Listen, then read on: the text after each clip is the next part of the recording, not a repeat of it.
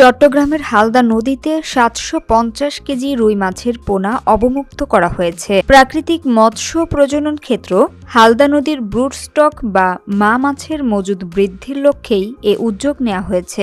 গতকাল চট্টগ্রামের রাউজান উপজেলা মৎস্য কর্মকর্তার কার্যালয়ের উদ্যোগে এই মাছের পোনা অবমুক্ত করা হয়। পোনা অবমুক্ত করার পর এক সংক্ষিপ্ত আলোচনা অনুষ্ঠানের আয়োজন করা হয়।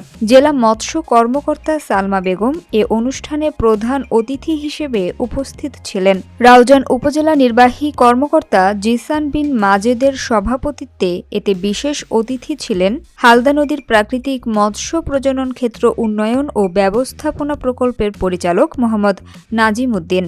জেলা মৎস্য কর্মকর্তা সালমা বেগম বলেন, নদী থেকে সংগৃহীত ডিম থেকে উৎপাদিত রেণু প্রতিপালন করে এই ৭৫০ কেজি পোনা তৈরি করা হয়েছে।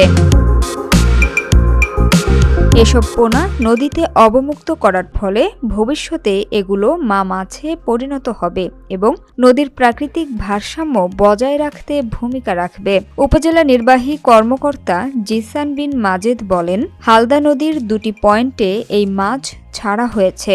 এর মধ্যে সত্তারঘাট এলাকায় ৮০ কেজি এবং পশ্চিম গহিরা বড়ুয়া পাড়া এলাকায় ৬৭০ কেজি পোনা অবমুক্ত করা হয়। মৎস্য অধিদপ্তরের এমন উদ্যোগের প্রশংসা করেন তিনি।